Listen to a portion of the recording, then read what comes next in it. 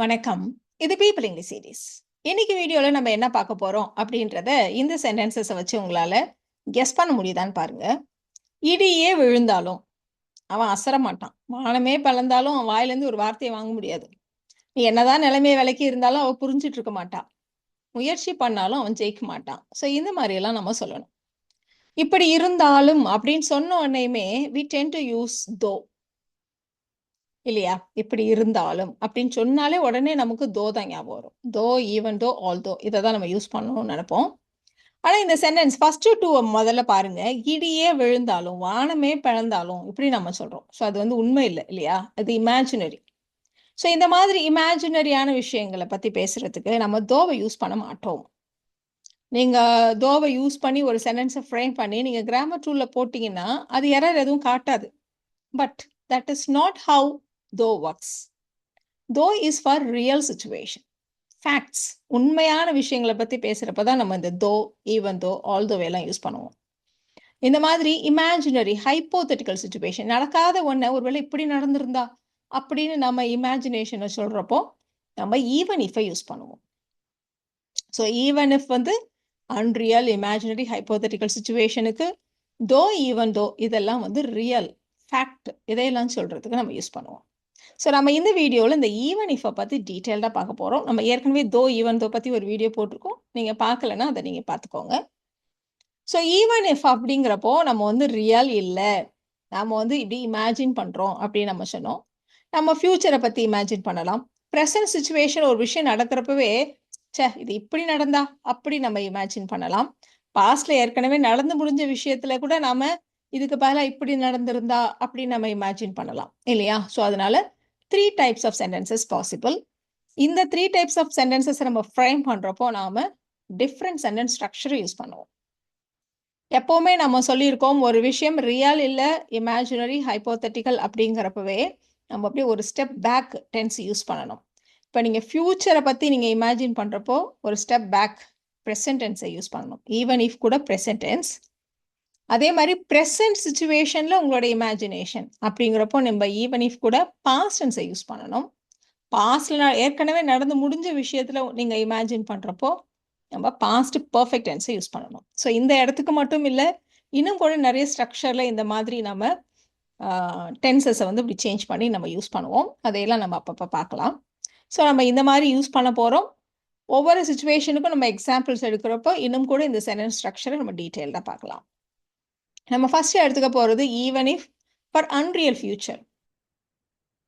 So இந்த மாதிரி unreal ஃபியூச்சரை பற்றி பேசுகிறப்போ ஈவன் இஃப் கூட வர ஸ்டேட்மெண்ட்டில் ப்ரெசன்ட் டென்ஸ், ஸ்டேட்மெண்ட் 2ல நம்ம வில், நெகட்டிவ் சென்டென்ஸாக இருந்தால் வில் நாட் இல்லை ஓன்ட், அஃப்கோர்ஸ் கோயிங் டு கூட யூஸ் பண்ணலாம் ஃபியூச்சர் டென்ஸ்ன்றதுனால, ப்ளஸ் V1 இந்த மாதிரிலாம் நம்ம யூஸ் பண்ணுவோம். எக்ஸாம்பிள்ஸ் பார்க்குறப்போ இன்னுமே உங்களுக்கு ஈஸியாக இருக்கும். ஒருத்தர் கூட சண்டைன்னு நம்ம சொல்லுவோம், அவன் எனக்கு ஃபோன் பண்ணாலும் நான் எடுக்க மாட்டேன். ஃபோன் பண்ணுவாங்களான்னு தெரியாது, பட் நாமளாக யோசிக்கிறோம், பண்ணாலும் நம்ம எடுக்கக்கூடாது அப்படி யோசிக்கிறோம் இல்லையா? ஸோ அதனால தான் இது அன்ரியல், இமேஜினரி, ஹைப்போதெட்டிக்கல் இப்படிலாம் நம்ம சொல்கிறோம். அவன் எனக்கு ஃபோன் பண்ணாலும் அந்த பார்ட் கூட தான் ஈவன் இஃபை சேர்க்க போகிறோம். So even if subject he, அதனால சிம்பிள் ப்ரெசன்ட் டென்ஸ்ன்றதுனால வேர்போட எஸ் சேர்த்து calls. Even if he calls me, நான் எடுக்க மாட்டேன், ஐ won't attend his call. Even if he calls me, I will not attend the call. I won't attend his call. இப்படிலாம் நம்ம சொல்லலாம். வேலை கிடைச்சாலும் நான் இதில் சேர போகிறதில்ல அப்படின்னு நம்ம சொல்ல போகிறோம். ஸோ வேலை கிடைக்குமான்னு தெரியாது, கிடைச்சாலும் நான் சேர போகிறதில்ல அப்படி நம்ம சொல்ல போகிறோம். ஸோ இந்த வேலை எனக்கு கிடைத்தாலும், even if I get this job, even if I get this job, நான் சேர போகிறது இல்லை, சேர மாட்டேன் அப்படின்னா ஐ won't அப்படி சொல்லலாம். போவதில்லை அப்படின்றதுனால I am not going to join, I am not going to join. Even if I get this job, I am not going to join. வானமே இடிஞ்சு விழுந்தாலும் அவன் தூக்கத்துலேருந்து எந்திரிக்க மாட்டான், அப்படி ஒரு டீப் ஸ்லீப் அவன் நல்லா தூங்குவான். வானமே இடிஞ்சு விழுந்தாலும் எந்திரிக்க மாட்டான் அப்படி நம்ம சொல்ல போகிறோம். ஸோ இடிஞ்சு விழுறது அப்படிங்கிறத அவங்க வந்து விழுவுறது, ஃபால் அப்படின்ற வார்த்தையை வச்சு தான் சொல்லுவாங்க. ஸோ அதனால even if the sky, of course third person singular, அதனால falls. Even if the sky falls, அவன் எந்திரிக்க மாட்டான். தூக்கத்துலேருந்து எந்திரிக்கிறத வேக் அப்னு சொல்லுவோம் இல்லையா? ஸோ அதனால he won't wake up. Even if the sky falls, he won't wake up. இப்போ ஒருத்தர் இன்டர்வியூக்கு போறார். இந்த வேலை கிடைக்கணும்னு இல்ல. அவருக்கு வேலை கிடைக்காட்டாலும் நான் வருத்தப்பட மாட்டேன். இப்படி நம்ம சொல்லப் போறோம். அஃப்கோர்ஸ் கிடைக்குமா கிடைக்காதான்னு தெரியாது. அதனால இது அன்ரியல், இமேஜினரி, ஹைப்போதெட்டிக்கல் இப்படியெல்லாம் நம்ம சொல்றோம். ஸோ ஈவன் இஃப் ஹி இந்த இடத்துல சிம்பிள் ப்ரெசன்ட் டென்ஸ் இல்லையா? அதனால நெகட்டிவ்க்கு doesn't get the job. Even if he gets the job அப்படின்னு நம்ம சொல்லுவோம். பாசிட்டிவ் சென்டென்ஸா இருந்தா. நெகட்டிவ் அப்படின்றதுனால even if he doesn't get the job, நான் அப்செட் ஆக மாட்டேன். I will not be upset. I won't be upset. Even if he doesn't get the job, I won't be upset. இப்போ இவ்வளோ நேரம் அன்ரியல் ஃபியூச்சர் சொன்னோம் இல்லையா? இப்போ நாம அன்ரியல் ப்ரெசென்ட். இப்போ ப்ரெசென்ட்ல நடக்கிற ஒரு விஷயத்துல நம்ம ஒருவேளை இப்படி இருந்தா அப்படின்னு இமேஜின் பண்றப்போ, நம்ம ஈவன் இஃப் கூட வர ஸ்டேட்மெண்ட் வந்து பாஸ்ட் டென்ஸ்ல, இன்னொரு செகண்ட் ஸ்டேட்மெண்ட் இருக்கு இல்லையா? அங்க நம்ம வில்லுக்கு பதிலா பாஸ்ட் டென்ஸ்ன்றதுனால வுட், வில் நாட்டுக்கு பதிலா வுடன்ட் இப்படி நம்ம யூஸ் பண்ண போறோம். பிளஸ் பேசிக் வெர்ப் V1 நம்ம போட்டிருக்கோம். அவர் வந்து ஒருத்தர் பதில் சொல்லல. ஒருவேளை அவருக்கு பதில் தெரியாது போல இருக்கு அப்படின்னு நம்ம சொல்றோம். அப்ப நம்ம அவர் பதில் தெரிஞ்சாலும் சொல்ல மாட்டார். அவருக்கு தெரியல. பட் ஒருவேளை அவர் தெரிஞ்சிருந்தாலும் அவர் சொல்ல மாட்டார். அப்படி நம்ம சொல்ல போறோம். ஸோ ப்ரெசென்ட்ல நம்மளுடைய இமேஜினேஷன். அவருக்கு தெரிந்திருந்தாலும் சப்ஜெக்ட் ஹி இந்த இடத்துல தெரிகிறதுன்றப்போ நோ நம்ம என்ன சொன்னோம்? பாஸ்ட் ஃபார்ம் போடணும் இல்லையா? ஸோ நோ உடைய past tense knew. Even if he knew the answer, even if he knew the answer, அவர் கண்டிப்பா சொல்ல மாட்டார் நமக்கு. அதனால he would not tell us. He would not tell us. பொதுவாவே பார்த்தீங்களான்னா, சில வேர்ப்ஸ்க்கு நம்ம வந்து கண்டிப்பா இந்த மாதிரி ஆப்ஜெக்ட்டை சேர்த்து தான் சொல்லுவோம். தமிழ்ல வந்து அவர் சொல்ல மாட்டார் அப்படின்னு மட்டும் தான் இருக்கும். பட் இங்கிலீஷ்ல he won't tell மட்டும் சொல்லாம he won't tell us, he wouldn't tell us இப்படின்னு அந்த ஆப்ஜெக்ட்டையும் சேர்த்து சொல்றது தான் மரபு. ஸோ நீங்க அந்த மாதிரி சொல்லுங்க. So even if he knew the answer, he wouldn't tell us. இன்னைக்கு உனக்கு ஆஃபீஸா? இன்னைக்கு லீவா இருந்தா கூட எங்கேயாவது போகலாம் அப்படி சொல்றப்போ, எனக்கு ஆக்சுவலா ஆஃபீஸ். அதனால நான் என்ன சொல்றேன், இன்னைக்கு ஒரு வேலை இன்னைக்கு லீவா இருந்தாலும் நான் எங்கேயும் போக மாட்டேன் அப்படி சொல்றேன்.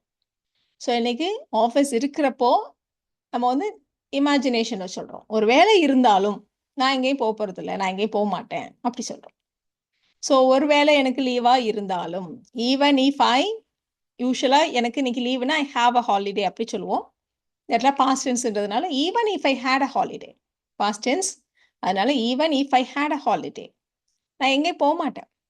ஆட்டேன்னு தான் இருக்கு. பட் ப்ரெசென்ட்ல அது இமேஜினேஷன் சொல்றதுனால ஐ wouldn't go anywhere. I won't கோ எனிவேர்னு சொல்லாம பாஸ்ட்ல சொல்றோம். I wouldn't go anywhere. Even if I had a holiday, I would not go anywhere.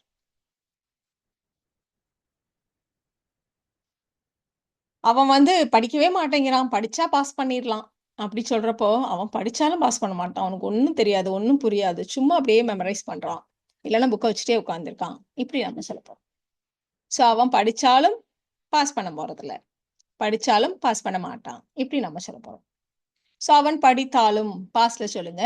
Even if he studied, even if he studied, he would not pass the exam. He would not pass the exam. Even if he studied, he would not pass the exam. இப்போ இன்னொரு example கூட எடுத்துக்கலாம். இது எல்லாமே நம்ம real time English அப்படிங்கிறப்போ, நம்ம day to day கான்வர்சேஷனுங்கிறப்போ, நீங்க அந்த கான்டெக்ஸ்டுக்கு ஏற்ற மாதிரி தான் சொல்லணும். சில சென்டென்சஸை நீங்க பார்க்குறப்போ, இது எப்படி பாஸ்ட் டென்ஸ் வருது? வாங்க மாட்டாள்னு தான் இருக்கு. அப்போ ஓன்ட்டுன்னு சொல்ல வேண்டியதானே அப்படின்னு உங்களுக்கு தோணும். பட் இதை வந்து நம்ம கான்டெக்ஸ்ட்ல இதை நம்ம வந்து உண்மையான ஃபேக்டர் சொல்றோமா, இல்லை நாம ஒரு அன்ரியல் சுச்சுவேஷனை பத்தி பேசுறோமா அப்படிங்கிறதுக்கு ஏற்ற மாதிரி நீங்க கரெக்டான டென்ஸை, கரெக்டான மூடை நீங்க வந்து யூஸ் பண்ணணும். நம்ம சொன்ன மாதிரி இதுக்கு பேர் வந்து சப்ஜெக்டிவ் மூடு. அதாவது ஒரு அன்ரியலான விஷயத்த பேசுறப்போ இந்த டென்ஸை இப்படி யூஸ் பண்ணணும் அப்படின்றது கிராமர்ல ஒரு பார்ட். ஸோ இதுக்கு பேர் பாஸ்ட் சப்ஜெக்டிவ் மூடு. நம்ம இதை பத்தி இன்னும் கூட டீட்டெயிலா இன்னொரு வீடியோல பார்க்கலாம். ப்ரெசன்ட் சப்ஜெக்டிவ், பாஸ்ட் சப்ஜெக்டிவ் இப்படியெல்லாம் இருக்கு. நம்ம அதை அப்போ தெரிஞ்சுக்கலாம்.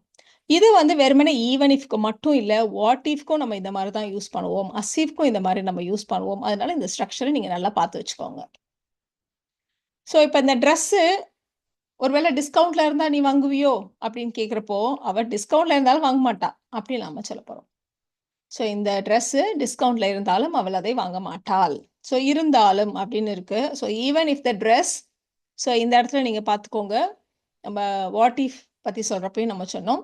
இந்த மாதிரி பாஸ் சப்ஜெக்டிவ் அப்படிங்கிறப்போ, அதாவது அன்ரியல் சுச்சுவேஷன் அப்படிங்கிறப்போ, பி வேர்பை பொறுத்த வரைக்கும் நம்ம பாஸ்ட் டென்ஸ் தானே, வாஸ் யூஸ் பண்ணலாமா அப்படின்னு கேட்டா இல்ல, வேர்ன்னு தான் நம்ம யூஸ் பண்ணுவோம். If I were, if he were அப்படிதான் நம்ம சொல்லுவோம். அதே மாதிரி தான் even if the dress were at a discount, இந்த ட்ரெஸ் டிஸ்கவுண்ட்ல இருந்தாலும், டிஸ்கவுண்ட்ங்கிறத நம்ம எப்பவுமே அட் அ டிஸ்கவுண்ட் அப்படின்ற ஃப்ரேஸ் வச்சு தான் சொல்லுவோம். அதனால even if the dress were at a discount, அவ வாங்க மாட்டா. She wouldn't buy it, she would not buy it. Even if the dress were at a discount, she would not buy it. இப்போ fifth sentence பாருங்க, கொஞ்சம் டிஃப்ரெண்டா நம்ம சொல்லுவோம். இதுல வந்து நம்ம வந்து ஈவன் இஃப் கூட ஒரு நெகட்டிவ் சென்டென்ஸ் வர மாதிரி நம்ம சொல்லலாம். அவ என்னை கூப்பிடாட்டியும், அவ என்னை இன்வைட் பண்ணாட்டியும் நான் அவளோட வெட்டிங்க்கு போவேன் அப்படி நம்ம சொல்ல போறோம். ஸோ அதனால இந்த பார்ட்ல வந்து negative. Even if she didn't invite me, even if she didn't invite me, நான் அப்பவும் நான் போவேன். I would still attend her wedding, அப்பவும் நான் அவளுடைய கல்யாணத்துக்கு போவேன். Even if she didn't invite me, I would still attend her wedding. இப்போ நம்ம கடைசியா பார்க்க போறது இந்த ஈவன் இஃப் கூட அன்ரியல் பாஸ்ட். பாஸ்ட்ல ஏற்கனவே முடிஞ்சு போன ஒரு விஷயத்துல ஒருவேளை எப்படி நடந்திருந்தா இந்த மாதிரி நம்ம இமேஜின் பண்றப்போ ஈவன் இஃப் கூட வர ஸ்டேட்மெண்ட் பாஸ்ட் பர்ஃபெக்ட் டென்ஸ்லையும், இன்னொன்னு நம்ம வந்து அஃப்கோர்ஸ் அதையும் நம்ம பாஸ்ட் பர்ஃபெக்ட்னா நம்ம எப்படி சொல்லுவோம், வுட் ஹேவ். நம்ம இவ்வளோ ஃபர்ஸ்ட் வந்து வில் நாட் சொன்னோம், அப்புறம் வுட் நாட் சொன்னோம். பாஸ்ட் அப்படிங்கிறப்போ நம்ம ஆட்டோமேட்டிக்கா வுட் ஹேவ், குட் ஹேவ் அந்த மாதிரி தான் நம்ம யூஸ் பண்ணுவோம் இல்லையா. ஸோ வுட் ஹேவ் இல்லை வுடின்ட் ஹேவ். அஃப்கோர்ஸ் ஹேவ்னு வந்துட்டாலே V1 இல்லை V3 யூஸ் பண்ணிடணும். நீ வந்து உண்மையை சொல்லியிருந்திருக்கணும் அப்படின்னு சொல்றப்ப, நான் உண்மையை சொல்லியிருந்தாலும் நான் பொய் சொல்றேன்னு தான் அவன் நினைச்சிருப்பா. இப்படி நம்ம சொல்ல போறோம். நான் உண்மையை சொல்லியிருந்தாலும் நான் பொய் சொல்றேன்னு தான் அவன் நினைச்சிருப்பா. இப்படி நம்ம சொல்ல போறோம். ஸோ நான் உண்மையை சொல்லியிருந்தாலும், even if I had plus V3, அதுதான் பாஸ்ட் பர்ஃபெக்ட் இல்லையா. ஸோ சொல்றதுங்கிறப்போ tell, told, told, V3 told. So even if I had told the truth, even if I had told the truth, அவ வந்து நினைச்சிருப்பா. she would have thought, என்னன்ட்டு நான் பொய் சொல்றேன்ட்டு, I was lying. Even if I had told the truth, she would have thought I was lying. நம்ம சென்னைக்கு போயிருந்தா அவரை பார்த்துருக்கலாம். நம்ம சென்னைக்கு போயிருந்தாலும் அவரை பார்த்துருக்க முடியாது. அவர் இப்போ சென்னையிலே இல்லை, டெல்லி போயிட்டார். இப்படி நம்ம சொல்ல போறோம். நம்ம சென்னைக்கு போயிருந்தாலும் அவரை மீட் பண்ணியிருக்க முடியாது. நம்ம போகல, போயிருந்தாலும் அப்படி சொல்றோம். So even if we, subject நாமன்றனால we, had plus V3. So அதனால had gone to Chennai. Even if he had gone to Chennai. இந்த பக்கம் பாருங்க, சந்திச்சிருக்க முடியாதுன்னு இருக்கு. அதனால நம்ம வழக்கமான ஸ்ட்ரக்சர்லேருந்து would haveக்கு பதிலாக நம்ம could have யூஸ் பண்ண போறோம். நெகட்டிவா இருக்கிறதுனால could not have. we could not have met him. நம்மளால அவரை மீட் பண்ணியிருக்க முடியாது. மீட் பண்ணியிருக்க மாட்டோம் அப்படின்னு நீங்க சொல்றதா இருந்தா we would not have met him. Of course நீங்க அப்படின்னு சொல்லலாம். So even if he had gone to Chennai, we couldn't have met him. சரி, இந்த டிஷ் கொஞ்சம் நான் நெய் போடலை, நல்லா போட்டிருந்தேன்னா இன்னும் நல்லா இருந்திருக்கும் அப்படி யாராவது சொன்னா, இந்த டிஷ் ஆல்ரெடி மோசமா தான் இருக்கு, நீ நெய் போட்டிருந்தாலும் இது நல்லா இருந்திருக்காது அப்படி நம்ம சொல்ல போறோம். சிம்பிள் இல்லையா. ஸோ நீ நெய்யை ஆட் பண்ணியிருந்தாலும், even if you had added ghee, even if you had added ghee, இது நல்லா இருந்திருக்காது, இந்த டேஸ்ட் நல்லா இருந்திருக்காது. It would not have tasted good, it would not have tasted good. Even if you had added ghee, it would not have tasted good. சரி, இன்னைக்கு நான் கொடை கொண்டுட்டு போக விட்டுட்டேன், கொடை கொண்டுட்டு போகாததுனால தான் நான் நனைஞ்சிட்டேன் அப்படின்னு சொல்றப்போ, நீ கொடை வச்சிருந்தாலும் நீ நனைஞ்சிருந்திருப்ப. எவ்வளோ காத்து மழை, இந்த மழையில கொடையெல்லாம் தாங்காது, நீ கண்டிப்பா நனைஞ்சிருந்திருப்ப. இதுதான் நம்ம சொல்ல போறோம். நீ கொடை வச்சிருந்தாலும் நனைஞ்சிருப்ப. ஸோ இந்த இடத்த பொறுத்த வரைக்கும் கொடை வச்சிருக்கிறது பொசிஷன்ங்கிறப்ப வேர்பு வந்து ஹேவ் இல்லையா. இந்த இடத்துல had plus V3. ஸோ பொசஷனுக்கான அந்த ஹேவ்ன்ற வேர்போடைய தேர்ட் ஃபார்ம் B3 இன்னொரு தடவை போட்டிருக்கோம். அதனால தான் 2 ஹேட் வந்திருக்கு. ஹேடுன்ட்டு. So even if you had an umbrella, உங்ககிட்ட குடை இருந்தாலும், even if you had an umbrella, நீ கண்டிப்பா நனைஞ்சிருப்ப. You would have gotten drenched. You would have gotten drenched. So இந்த மாதிரி இடங்கள்ல சாதாரணமா ஸ்போக்கன்ல even if you had an umbrella அப்படின்னு நீங்க சொன்னா போதுமானது. பட் ஸ்டில் இது வந்து கரெக்டான கிராமர் அப்படிங்கிறப்போ ஹேட் ப்ளஸ் V3 அப்படின்னு நம்ம பாஸ்ட் பர்ஃபெக்ட் டென்ஸ்னு சொன்னதுனால நம்ம இதையும் போட்டிருக்கோம். So even if you had an umbrella, you would have gotten drenched. இப்போ இந்த சென்டென்ஸ் ஸ்ட்ரக்சர்ஸ்லாம் உங்களுக்கு ஆல்மோஸ்ட் நீங்க இந்த சென்டென்ஸ் ஸ்ட்ரக்சர் இது எப்படி ஒர்க் ஆகுதுன்றது உங்களுக்கு தெரிஞ்சிருக்கும். ஸோ இதை பேஸ் பண்ணி நீங்க இந்த சென்டென்சஸை ஃப்ரேம் பண்ணுங்க. ஸோ இதுல வந்து எந்த ஸ்ட்ரக்சர் அப்ளை ஆகும் அப்படின்றத பார்த்து கரெக்டா நீங்க போட்டுக்கோங்க. ஸோ நீ நிலைமையை விளக்கி இருந்தாலும், சிச்சுவேஷன் எக்ஸ்பிளைன் பண்ணியிருந்தாலும் அவ புரிஞ்சிட்டு இருக்க மாட்டான். அவன் மன்னிப்பு கேட்டிருந்தாலும் நான் அவனை மன்னிச்சிருக்க மாட்டேன். அவன் முயற்சி பண்ணாலும் ப்ராக்டிஸ் இல்லாம அவனால ஒன்றும் சக்சஸ் பண்ண முடியாது. அவகிட்ட கார் இருந்தாலும் அவன் வேலைக்கெல்லாம் கார்ல போக மாட்டான். ஸோ இந்த மாதிரி தான் நீங்க சொல்லணும். நீங்க இந்த சென்டென்சஸ் ட்ரை பண்ணுங்க. ஆன்சர்ஸ் நான் போஸ்ட் பண்றேன். நீங்க அப்போ செக் பண்ணிக்கோங்க. ஸோ இந்த வீடியோல நாம ஈவன் இஃப் எப்படி யூஸ் பண்ணணும் அப்படின்றத பத்தி டீட்டெயிலாக தெரிஞ்சுக்கிட்டோம். இந்த வீடியோ உங்களுக்கு யூஸ்ஃபுல்லா இருக்கும்னு நினைக்கிறேன். Thank you so much.